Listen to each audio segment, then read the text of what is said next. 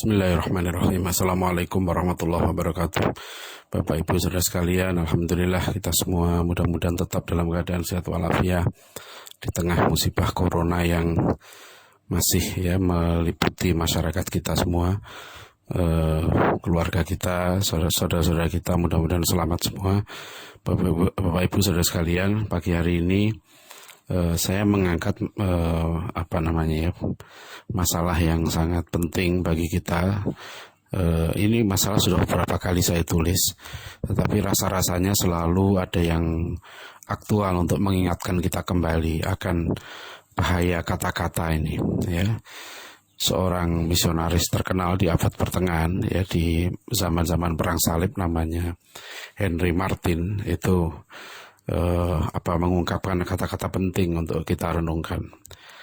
Dia membuat rumus bagaimana menaklukkan dunia Islam, menaklukkan umat Islam. Ya, I come to meet the Muslims not with arms, but with words, not by force, but by reason, and not in hatred but in love.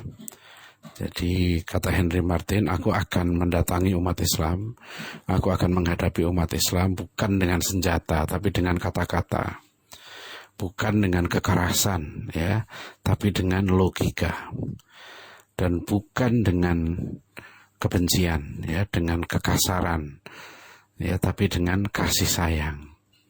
Nah, inilah rumus penting yang menurut tokoh misionaris Samuel Zwemer, itu yang dia tulis dalam bukunya, kata-kata Henry Martyn ini, gitu ya. Memang umat Islam ini harus ditaklukkan seperti itu, ya. Dan dalam sejarah, ya, di artikel ini saya mengangkat kembali, ya, bagaimana dahsyatnya kata-kata yang berhasil digunakan oleh kelompok Freemason di Turki Utsmani nanti untuk meruntuhkan Turki Utsmani dari dalam.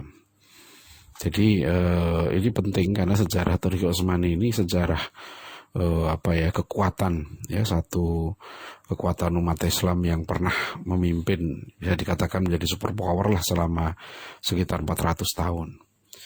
Dan kekuatan Turki Utsmani ini susah diruntuhkan dari luar. Akhirnya diruntuhkan dari dalam, dan senjata meruntuhkan itu adalah melalui sekularisasi generasi muda. Jadi yang kelompok Freemason yang slogannya Liberty, Equality, Fraternity ini kemudian bergerak di Turki Utsmani, mendidik anak-anak muda Turki Utsmani yang pintar-pintar, cerdas-cerdas, ya, dengan positivisme, ya, dengan mengagungkan peradaban Barat. Dan betul, memang tidak bisa dipungkiri, ya kan, memang pada abad ke-18-19 itu kan Barat sedang naik, ya, sedang berperan, dan itu yang dikatakan Ibnu Khaldun, al-maghlub maulaun abadan tidak bil ghalib. Biasanya pihak yang kalah itu cenderung mengikuti yang menang. Nah, itulah peradaban yang menang, peradaban Barat. Banyak yang kagum, sampai tokoh, ya, namanya CUP, ya, Committee Union and Progress, ini nanti yang menjadi cikal bakalnya gerakan Turki Muda. Jadi kenapa disebut Young Turk Movement, ya, gerakan Turki Muda, kan itu mengesankan, ya, kekhalifahan Turki Utsmani itu adalah orang-orang tua. Orang-orang tua ini masa lalu, itu ortodoks. Jadi dibuat image, ya, itu dasarnya kata-kata di situ.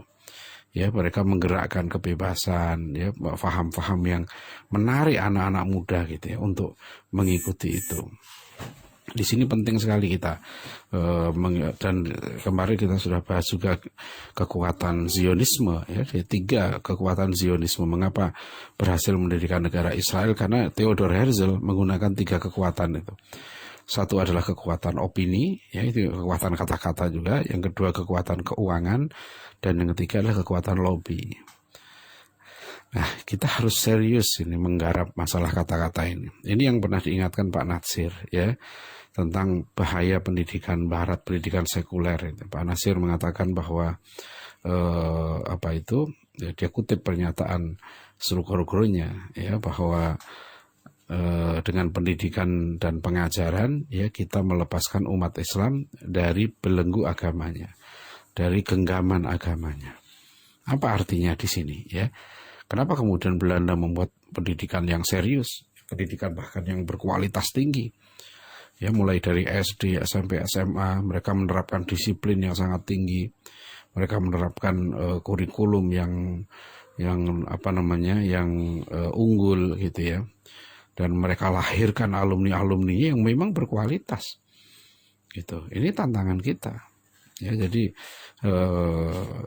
itu juga yang diingatkan Prof. Naqib Alatas, bahwa problem terberat yang dihadapi umat Islam itu adalah problem kata-kata yang beliau katakan sebagai the challenge of knowledge. Tantangan terberat dari umat Islam ini adalah tantangan ilmu, dan ilmu itu disimbolkan oleh kata-kata, ya, oleh konsep-konsep itu. Nah, inilah yang kita sekarang ini, ya, kita alhamdulillah silahkan dilihat di YouTube, itu ada kuliah, serial kuliah pendidikan Islam dan pemikiran kontemporer, ya, selama 27 seri, ya, 27 sesi, alhamdulillah sudah selesai. Nanti insya Allah besok Senin kita lanjutkan lagi untuk kuliah pendidikan lagi, ya, selama 10 sesi insya Allah membahas buku pendidikan Islam mewujudkan generasi gemilang itu. Nah, ini yang sangat penting untuk kita bisa mewaspadai kata-kata ini. Ya, dan memang ya pada akhirnya problem kita terberat ya kata-kata, kan itu yang dilakukan iblis untuk menyesatkan Adam dan Hawa di surga itu dengan apa? Dengan kata-kata yang lembut. Ya, kata-kata yang halus, kata-kata yang menawan, itu yang diingatkan Al-Quran surat Al-An'am 112, zukhrufal qawli ghurura. Ya, dengan setan itu menyesatkan kita dengan apa? Zukhrufal qawli ghurura, kata-kata yang indah, ya, tapi yang menipu, ya, kata-kata yang indah tapi yang memukau. Nah, jadi mudah-mudahan kita serius, ya, memahami masalah ini, terutama dalam bidang pendidikan. Billahi taufiq wal hidayah. Assalamualaikum warahmatullahi wabarakatuh.